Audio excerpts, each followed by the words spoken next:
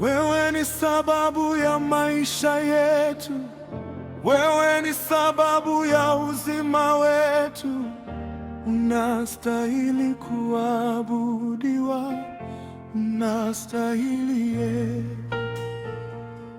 Wewe ni sababu ya maisha yetu, wewe ni sababu ya uzima wetu. Unastahili kuabudiwa, unastahili. Wewe ni sababu ya maisha yetu, wewe ni sababu ya amani yetu.